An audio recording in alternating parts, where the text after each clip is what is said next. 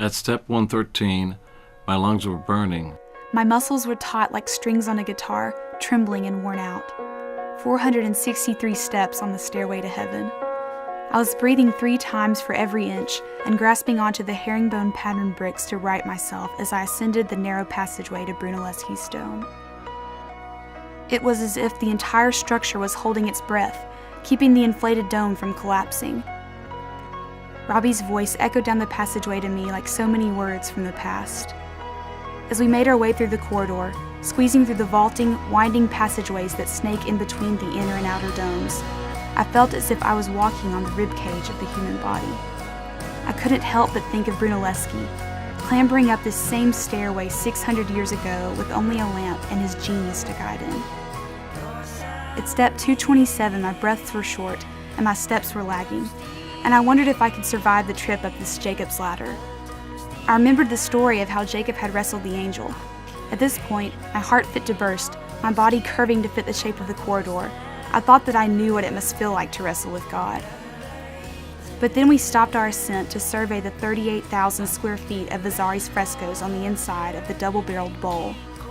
I emerged from the stairwell to the Last Judgment scene unrolling across the ceiling and an eyeball as long as my arm just glaring at me. Vasari's proportions were perfect. Somehow, I've always known that the tiny feet of angels are actually half as large as my body. I stood there, under the eye of God, and felt something I hadn't realized until then. It dawned on me the way things do when you stand at the foot of God, that since I've been at Huff, I've been being created again. I have been shaped. I have become a product of the hand of Brunelleschi, Donatello, Botticelli, Michelangelo, and God himself. They've worked on me, chipped off the coarse edges of my soul, hewed away at my spiritual nearsightedness and my asymmetry and my rough and ready American need for speed, so that I've been forced to stand still and allow my heart to be refashioned into a more beautiful shape, Renaissance style.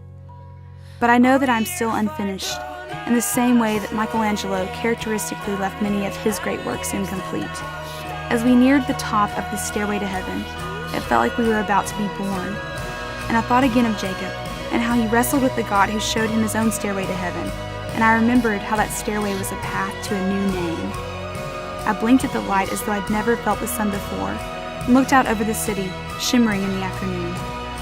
And standing there on top of the world, I remembered the first step of the hill in Scandicci to the villa, with our own Renaissance waiting at the top.